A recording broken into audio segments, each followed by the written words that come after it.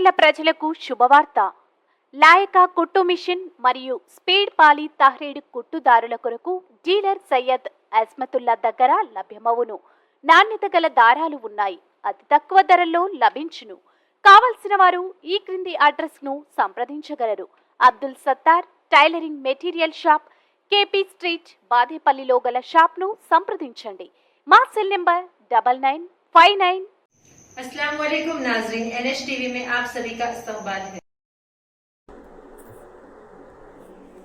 साबिक रुकन assembly Murray Janardan Reddy ने कहा कि अगर मेरी बदनवानी साबित करेंगे तो मैं अपनी नाक जमीन पर रगड़ने के लिए तैयार हूं।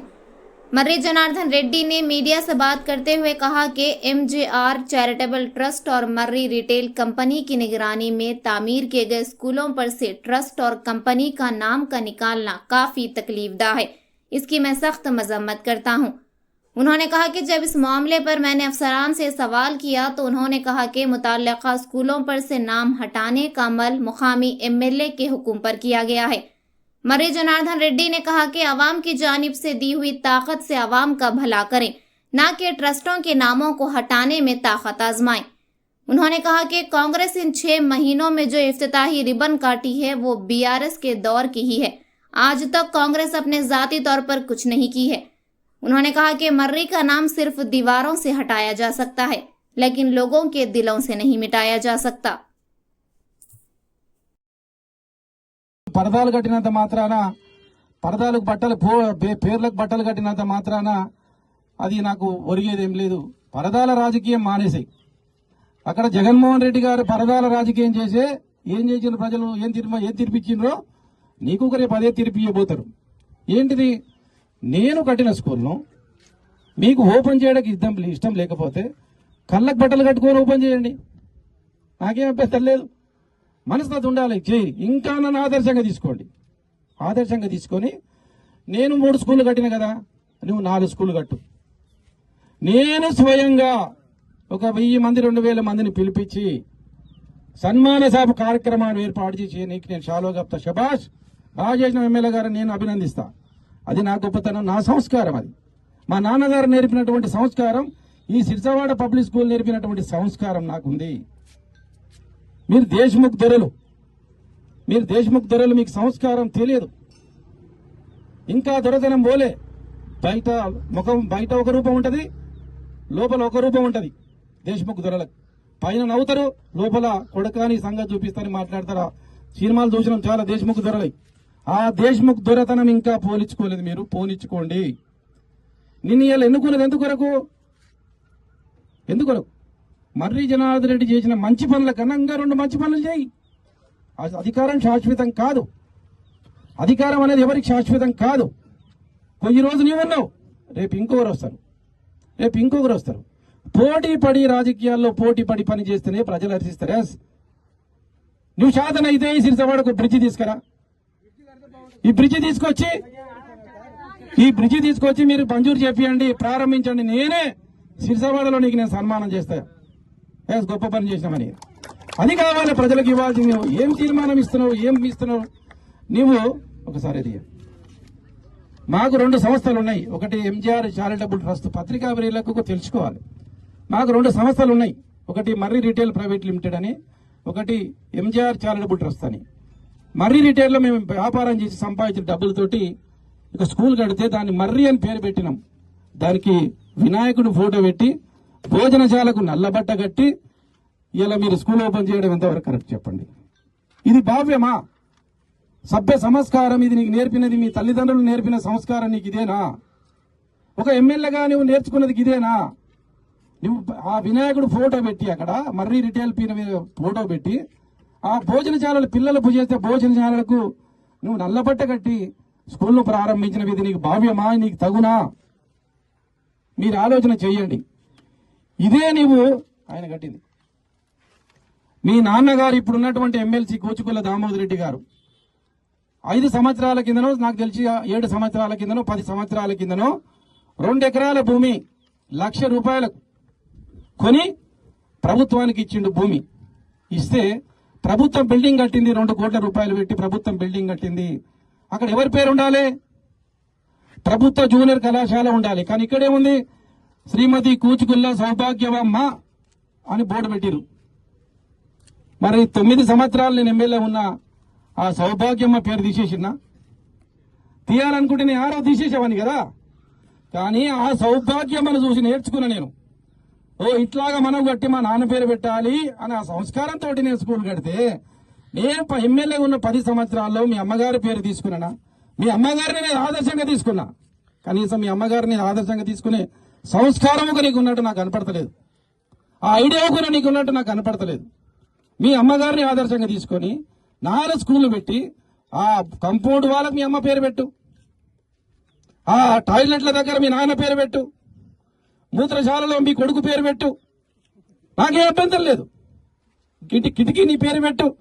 మీ కుటుంబ సభ్యుల దొరలు ఉంటారు కదా, ఊళ్ళో ఈ కన్ననూలు దొరలు ఉంటారు కదా, ఆ దేశముఖుల దొరల పేర్లు పెట్టు, కంపౌండ్ వాళ్ళకు, గేట్లకు, గ్రిల్స్ కు పెట్టు, నాకేం అభ్యంతరం లేదు. కట్టు, మంచి పని చేయి, మేమందరం అభినందిస్తాం. కానీ ఇలా బట్టలు కట్టి పరదాలు కట్టి పేరు పెట్టడం అది మంచి పద్ధతి కాదు. ఇలా ఎంత దారుణం అంటే మీడియా మిత్రులకు చెప్పిస్తున్నా. మీడియా మిత్రులందరికీ హృదయపూర్వకంగా నమస్కారాలు తెలియజేస్తూ, ప్రధానంగా నిన్న మొన్న జరిగిన సంఘటనల మీద మీతో పాలు పంచుకోవాలన్న ఉద్దేశంతో ఈ కార్యక్రమం ఏర్పాటు చేసినాం. ప్రధానంగా మా ఎంజీఆర్ చారిటబుల్ ట్రస్ట్ అనేది మానవ సేవయే మాధవ సేవ అనే నినాదంతో పుట్టింది మా ఎంజీఆర్ చారిటబుల్ ట్రస్ట్.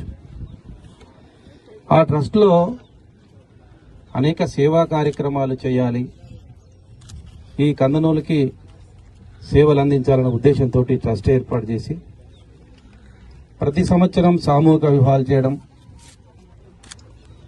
మాజీ ముఖ్యమంత్రి వర్యులు కేసీఆర్ గారి పిలుపు మేరకు మన ఊరు మన బడిలో భాగస్వాములు కావాలి అనే ఒక పిలిపిస్తే వారిని పిలుపును ఆదర్శంగా తీసుకొని ఇలా మండలానికి ఒక స్కూల్ కట్టించాలని సంకల్పంతో ఇలా స్కూల్ కట్టించే కార్యక్రమం కానీ, పిల్లలకు డ్రైవింగ్ లైసెన్స్ ఇప్పించడం కానీ, కోచింగ్ సెంటర్లు ఏర్పాటు చేయడం కానీ, సామూహిక వివాహాలు ఏర్పాటు చేయడం కానీ, ఆకలిగా ఉన్న వాళ్లకు కడుపు నిండా భోజనం పెట్టాలని మర్యాణ క్యాంటీనే కానీ అనేకమైనటువంటి సామూహిక కార్యక్రమాలు చేస్తున్న పందనంలో మీకు వాస్తవాలు తెలియాలి.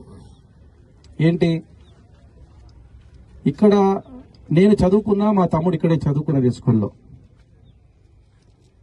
2 సంవత్సరాలు ఇక్కడ నేను ప్రతిరోజు ఉదయం నేరులపల్లి నుంచి సిరిసవాడకు నడుచుకుంటూ వచ్చి మళ్ళీ సాయంత్రం స్కూల్ అయిపోయిన తర్వాత నడుచుకుంటూ ఊరికి వెళ్ళిపోయేవాళ్ళు.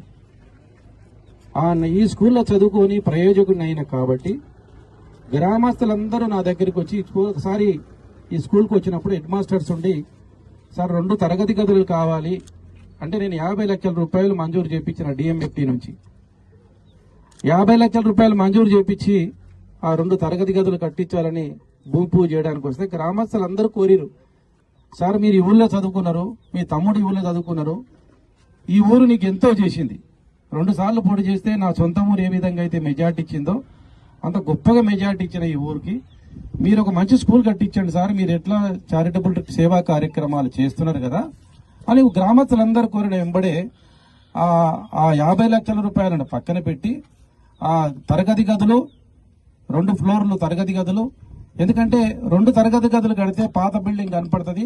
వాస్తు ప్రకారంగా సౌత్ ఈస్ట్ లో నార్త్ ఈస్ట్ లో బిల్డింగ్ ఉంది,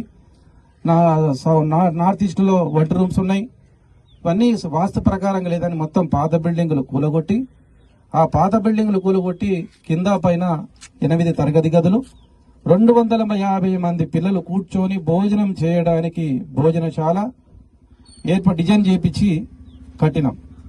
ఆ ఇచ్చినటువంటి అప్పుడు కట్టిన తర్వాత గ్రామస్తులంతా డిమాండ్ ఏంటంటే, సార్ కాంపౌండ్ వాళ్ళుగా కొద్దిగానే ఉంది, కాంపౌండ్ వాళ్ళకు పెద్దది కట్టే అప్పుడు శాంక్షన్ అయినటువంటి డిఎంఎఫ్టీ నుంచి శాంక్షన్ అయినటువంటి 50 లక్షల రూపాయలను తోటి కాంపౌండ్ వాళ్ళు మూత్రశాలలు టాయిలెట్స్ కట్టించడం జరిగింది. కానీ కొంతమంది ఇక్కడ ఉన్నటువంటి ఎమ్మెల్యే గారు మరి తెలుసో తెలియదో, ఆయనకు అవగాహన ఉందో అవగాహన లేక మాట్లాడినరో, లేకపోతే ఆయన పక్కన ఉన్న వాళ్ళు ఎవరని చెప్పిర్రో, అధికారాన్ని అడిగితే సమాచారం ఇస్తారు. 50 లక్షల రూపాయలు ఇంత అద్భుతమైన బిల్డింగ్ తయారవుతుందా? ఒక బాత్రూమ్ తయారు కాదు. అట్లాంటిది 60 లక్షల రూపాయలు ప్రభుత్వ నిధులు పెట్టుకున్నారు అని మాట్లాడినారు.